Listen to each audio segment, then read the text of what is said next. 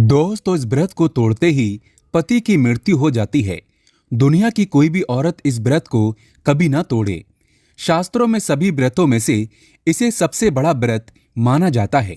आप इस व्रत को रखने के बाद कभी ना तोड़ें। अगर आप सुहागिन हैं तो इस वीडियो को अंत तक जरूर देखें और सच्चे दिल से कमेंट बॉक्स में लिखें जय माता दी।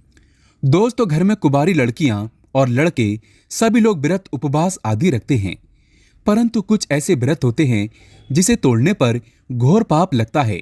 माना जाता है कि जब कोई सुहागिन महिला इस व्रत को तोड़ देती है तो उसके पति की मृत्यु निश्चित तौर पर निकट भविष्य में हो जाती है। इस व्रत को सबसे कठिन व्रतों में से माना गया है। शास्त्रों में माता सीता ने कुछ ऐसे व्रत आदि बताए थे जिन्हें किसी भी सुहागिन महिला को गलती से भी नहीं तोड़ना चाहिए, नहीं तो परिणाम बहुत बुरे होते हैं। अगर आप इस व्रत को नहीं रखना चाहते हैं तो आप पहले सोच लें, समझ लें, फिर बाद में इस व्रत को रखें, क्योंकि यह व्रत सबसे कठिन व्रतों में से एक माना गया है। इसे रखने से पहले आपको यह पता होना चाहिए कि इसे तोड़ने पर आपके साथ घोर अनर्थ हो सकता है। यहां तक कि आपके पति की मृत्यु निकट भविष्य में कभी भी हो सकती है। इसीलिए माता सीता के बताए गए अनुसार ही इस व्रत को रखते समय कई ऐसी सावधानियां हैं जिसे जानना हर सुहागिन महिला के लिए बहुत ही आवश्यक पूर्वक है। दोस्तों, ये व्रत ऐसा है जब ये संपूर्ण सफल हो जाता है तब घर में खुशियां आती हैं, पति की आयु लंबी हो जाती है और 7 जन्मों तक का साथ प्राप्त हो जाता है। इस व्रत को पूर्ण रूप से करने से कई करोड़ गुना फलों की प्राप्ति होती है। माता लक्ष्मी का आशीर्वाद प्राप्त हो जाता है। दोस्तों, आगे बढ़ने से पहले आपसे एक रिक्वेस्ट करते हैं कि वीडियो को लाइक कर दीजिएगा, दोस्तों को शेयर कर दीजिएगा और अगर आपने अभी तक चैनल को सब्सक्राइब नहीं किया है तो चैनल को सब्सक्राइब करके इस बेल आइकन को जरूर दबाइएगा। दोस्तों, सबसे पहले बात करते हैं एकादशी की। एकादशी का व्रत रखने से मात्र कई पुण्य की प्राप्ति हो जाती है। वेद पुराण में स्पष्ट पूर्वक बताया गया है कि एकादशी का व्रत रखने से संपूर्ण फलों की प्राप्ति, धन सुख समृद्धि ऐश्वर्य करोड़ों सुख व्यक्ति प्राप्त कर लेता है।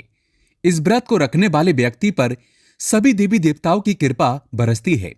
लेकिन क्या आप जानते हैं, जब कोई सुहागिन महिला एकादशी के व्रत को रख लेती है तब इस व्रत की महत्वपूर्णता और अधिक बढ़ जाती है। ऐसे में अगर गलती से सुहागिन महिला इस व्रत को तोड़ देती है तो उसके पति की मृत्यु निकट भविष्य में हो जाती है। एकादशी का व्रत कभी नहीं तोड़ना चाहिए। यह सबसे कठिन व्रत माना जाता है।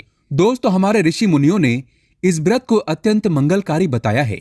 इसकी कथा सुनने से मात्र व्यक्ति नरक नहीं भोगता।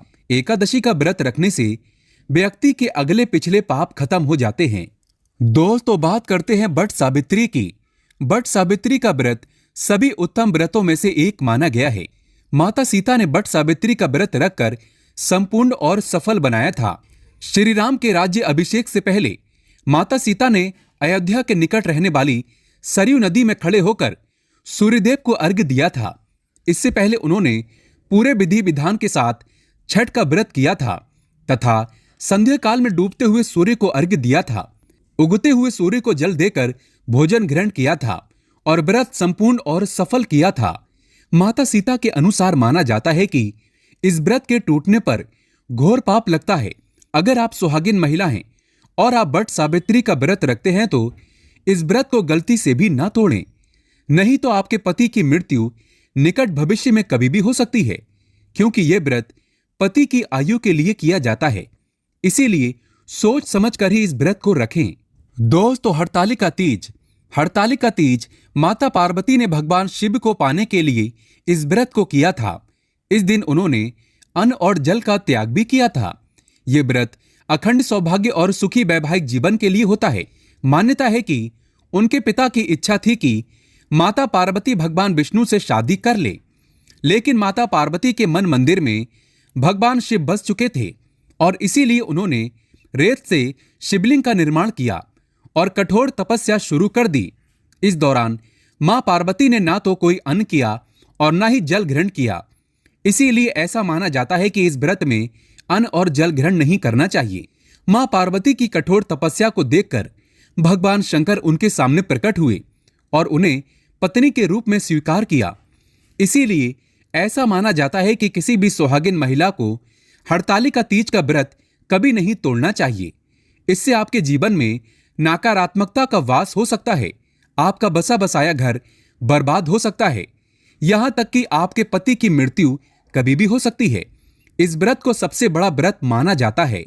दोस्तों, शास्त्रों के अनुसार माना जाता है कि करवा चौथ का व्रत किसी भी सुहागिन महिला को नहीं तोड़ना चाहिए। ये व्रत बगैर कुछ खाए किया जाता है।